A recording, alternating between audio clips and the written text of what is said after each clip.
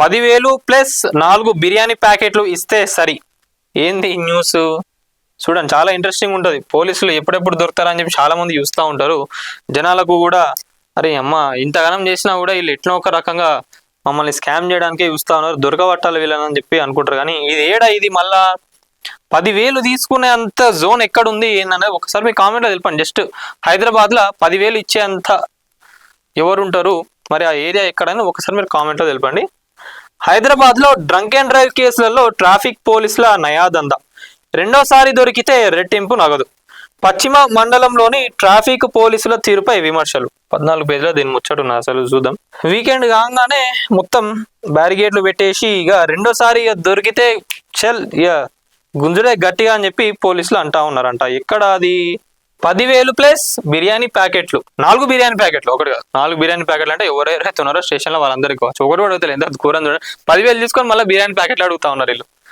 Case కథం, ఖేల్ కథం. Drunk and drive తనిఖీల్లో వసూల దందా. పశ్చిమ మండలంలోని విఐపి ట్రాఫిక్ పోలీసుల తీరుపై విమర్శలు. ఇక విఐపి అని అంటేనే అర్థం చేసుకోవాలి. ఇక ఏరియా ఈడ అంటే Banjara hills, Hyderabad city. December 15 రోజు ఈరోజు వార్త రావడం జరిగింది. ఏంది? విధి నిర్వహణలో నిర్లక్ష్యంగా వ్యవహరించే సిబ్బందిపై ఒకవైపు హైదరాబాద్ పోలీస్ కమిషనర్ సివి రంజనాథ్ గారు వేటు వేస్తా ఉన్నారు. కానీ మరోవైపు కొంతమంది పోలీసుల అధికారులు ఏం చేస్తున్నారు, తాము మాత్రం ఏది కూడా పట్టనట్లు వ్యవహరిస్తున్నారు. తమ అక్రమ దందాలపై తగ్గేదేలే అన్నట్లుగా ప్రవర్తిస్తున్నారు. డ్రంక్ అండ్ డ్రైవ్ తనిఖీలలో ట్రాఫిక్ పోలీసులు ఇటీవల ఓ సరికొత్త దందాకు తెర తీయడం తీవ్ర విమర్శలకు తవితీస్తుంది. డ్రంక్ అండ్ డ్రైవ్ లో పట్టుబడ్డ వారిని పక్కకు తీసుకెళ్లి కేసులు రాయకుండా చేస్తామని 10,000 ప్లస్ 4 బిర్యానీ ప్యాకెట్లు ఇస్తే మీకు మీ పైన కేసు రాయము అని చెప్పి సెకండ్ టైం ఎవరైతే దొరుకుతారో ఇది మంచి ఒక దందా ఏడా ఇల్లు షురు చేసిండంట. ఏడా బంజారా హిల్స్ లో పోలీసులు అందరూ కూడా ట్రాఫిక్ పోలీసులు ఇది నడిపిస్తా ఉన్నారంట. మరి దీనికి సంబంధించి ఆడ వీళ్ళనే కాదు ఇంకా వేరే వాళ్ళు కూడా బాగానే దున్నుకుంటున్నారని చెప్పి కూడా వార్త రావడం జరిగినది.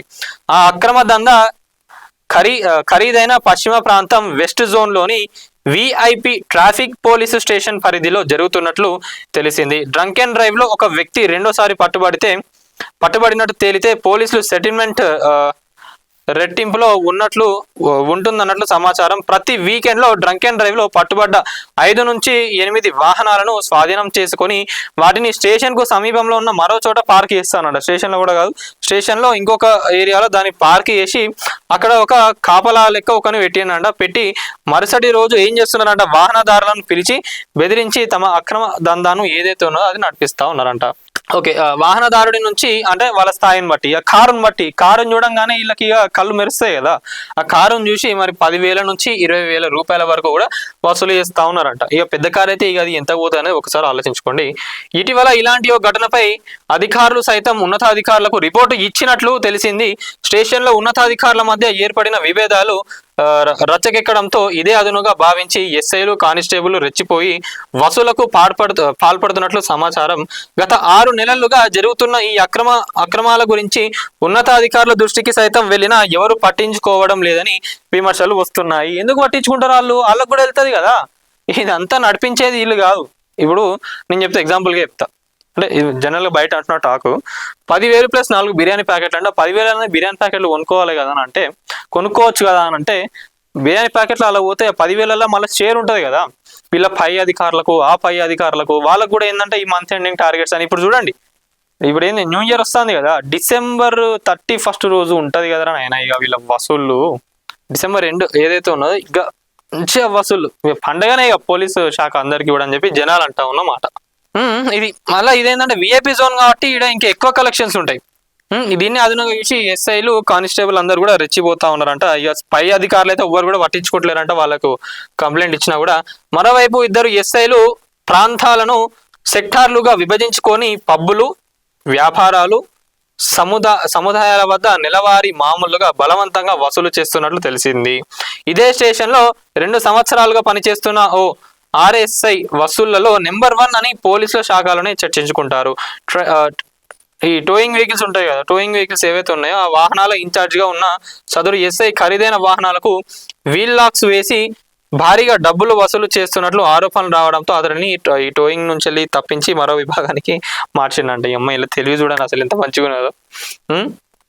అదే అంటున్నా, హైదరాబాద్ లో ఒక మంచి జోన్ లో ఏదైనా పోస్టింగ్ పడ్డదంటే సంతోషం కావచ్చు. అది పోలీస్ అనే కాదు, ఏ శాఖ అయినా కూడా కావచ్చు. రిజిస్ట్రేషన్ శాఖ చూసుకున్నా, ఈ పోలీసులో చూసుకున్నా, ఈ డిఎంఎన్హెచ్ఓలో ఏది చూసుకున్నా కూడా హైదరాబాద్ లో ఒక్క సంవత్సరంగా ఒక్క నెల చేస్తే కూడా వీళ్ళు సంతోషపడతారు కావచ్చు. నిజంగా లైఫ్ సెటిల్ అయిపోతుంది కావచ్చు. వీళ్ళు ఏం చేస్తున్నారంటే ఖాళీ వీళ్ళకి లాక్స్ వేసేసి మంచిగా వసూలు చేస్తా ఉన్నారంట. ఇట్లా సంపాదించేసుకుంటానంటే, ఓ వ్యక్తి అర్ధరాత్రి సమయంలో ద్విచక్ర వాహనంపై జూబ్లీహిల్స్ చెక్ పోస్ట్ మీదుగా వెళ్తుండగా డ్రంక్ అండ్ డ్రైవ్ లో చిక్కాడు. మద్యం తాగినట్టు గుర్తించిన ట్రాఫిక్ పోలీసులు వెంటనే వాహనాన్ని సీజ్ చేస్తున్నట్టు చెప్పారు. 2 రోజుల తర్వాత స్టేషన్ కు వచ్చి ఎస్ఐని కలవాలి అని చెప్పిండ్రు. ఎస్ఐను కలవాలని చెప్పి సూచించారు. ఆ వ్యక్తి 2 రోజుల తర్వాత ట్రాఫిక్ పోలీసు స్టేషన్ కు కానీ కేసు అయితే రాయలేదు కాబట్టి కొంత నగదు ఇస్తే, స్టేషన్కి పోయినాక ఏంటంటే కేసు రాయలేదు కాబట్టి కొంత నగదు మీరు చేతులు తప్పితే కేసు రాయకుండా మీ బండి మీకు ఇచ్చేస్తామని చెప్పి చెప్పిండంట. మరి ఏంది అది చివరకు ఎంతకు ఫైనల్ అయిందంటే 10,000 ఇచ్చి 4 బిర్యానీ తెప్పించండి అని చెప్పి అంటే అన్నాక ఆ తర్వాత ఎటువంటి కేసులు లేకుండా వాహనాన్ని అయితే ఇచ్చేసిండంట. సో ఇది జరిగిన ముచ్చట. దీనివల్ల ఈ రోజు ఈ ముచ్చట అయితే బయటికి రావడం జరిగింది. ఇట్లా నడిపిస్తా ఉన్నారు. 2 స్నేహితులు కూకట్పల్లిలో పార్టీకి హాజరై Jubilee Hills road number 10 diamond house మీదుగా బైక్ పై ఇంటికి వెళ్తున్నారు. మధ్యంలో ట్రాఫిక్ పోలీసులు ఆపి డ్రైవ్ చేస్తున్న వ్యక్తిని శ్వాస పరీక్ష చేయగా 160 పాయింట్లు వచ్చింది. వెంటనే పక్కన ఉన్న కానిస్టేబుల్ సదరు వ్యక్తి ఆధార్ను పరిశీలించగా రెండోసారి డ్రంక్ అండ్ డ్రైవ్ లో పట్టుబడినట్టు తేలింది. వెంటనే పోలీసుల వాహనాన్ని స్వాధీనం చేసుకున్నారు. మరుసటి రోజు కోర్టు కానిస్టేబుల్ ఫోన్ చేసి కేసు రాస్తున్నాం, స్టేషన్ కు రండి అని పిలిచి జైలుకు వెళ్లాల్సి వస్తుంది అని ఆ యువకుడిని బెదిరించి 22,000 తీసుకొని భోజనం తెప్పించుకొని కేసు లేకుండా అతడిని వదిలేసిండ్రంట.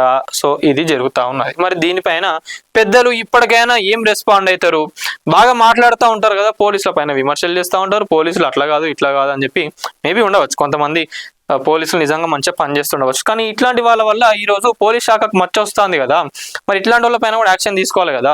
హెల్మెట్ లేకపోయినా లేదా చిన్న చిన్న పనులు ఏమైనా వచ్చినా కూడా అర్జెంట్గా పోయేటోళ్ళు ఏదో మర్చిపోవడం ఏదో జరుగుతుంది. మరి వాళ్ళు ఎంత బతిమాలుకున్నా కూడా, వాళ్ళు ఎంత రిక్వెస్ట్ చేసినా కూడా వాళ్ళనైతే మీరు వదిలిపెట్టరు కదా. మరి ఈ రోజు ఇన్ని నిజంగా కోట్లే సంపాదిస్తున్నారు వీళ్ళు. కోట్లు సంపాదించుకుంటున్న వాళ్ళను వీళ్ళ పైన ఏమనాలి? ఇష్టం ఉన్నట్టుగా మీకు ఫోన్లు ఇచ్చింది అని చెప్పి అది అఫీషియల్ అన్అఫీషియల్ అని తెలియకుండా ఫోటోలు అయితే కొడతారు. ఆయనకి చలాన్ పడుతుంది ఇక, సచ్చినట్టు అటు కట్టాలి. చాలా ఉన్నాయి అట్లా ఎగ్జాంపుల్స్. నో పార్కింగ్ జోన్ అని పెడతారు. కేబీఆర్ పార్క్ దగ్గర కార్లు అన్ని వరుసగా ఆడుంటాయి. దానిపైన మీరు ఎప్పుడైనా యాక్షన్ తీసుకున్నారా? దానికని చెప్పి అక్కడ ఒకటి అది మన ఇప్పుడు ఫ్రీగా అదొకటి కట్టిండ్రు, మన ఆటోమేటిక్ పార్కింగ్ మిషన్ అని చెప్పి అదొకటి కట్టిండ్రు ఇప్పుడు కేబీఆర్ పార్క్ దగ్గర. ఆడెన్ని కార్లు పడతాయి అంటే కొన్నే పడతాయి, కానీ ఇక్కడికి వచ్చేది వందలలో ఉంటాయి కార్లు. దీనివల్ల ఫుల్ ట్రాఫిక్ జామ్ అవుతుంది. ఆడు అసలు ఎవరు చూడ అసలు కరెక్ట్గా లేన్లో పెట్టాల్సింది ఒకటి ఇష్టం ఉన్నట్టు ఇట్లా వంకరగా పెట్టిపోతాడు. దానివల్ల ట్రాఫిక్ జామ్. ఇన్ని గానం ఉన్నాయి, చాలా ఉన్నాయి. ఇంకా చెప్పుకుంటూ పోతా ఉంటే వీళ్ళు చేసే పనుల గురించి. వాళ్ళు కూడా హెల్మెట్లు పెట్టుకోరు, ఇష్టం ఉన్నట్టు వాళ్ళు కూడా తిరుగుతారు. వాళ్ళకంటే ఏం రూల్స్ వర్తించవు పోలీసు వాళ్ళకు. జనాల పైన పీడించుకొని తింటా ఉన్నారు. సార్ ఒక్కసారి చూడండి, 10,000 ఒక్కరి దగ్గర నుంచి వసూలు చేస్తున్నారంటే రోజుకట్లా ఒక 5 దొరికినా ఎంత? 50,000. అంటే 50,000 దొరుకుతున్నాయి.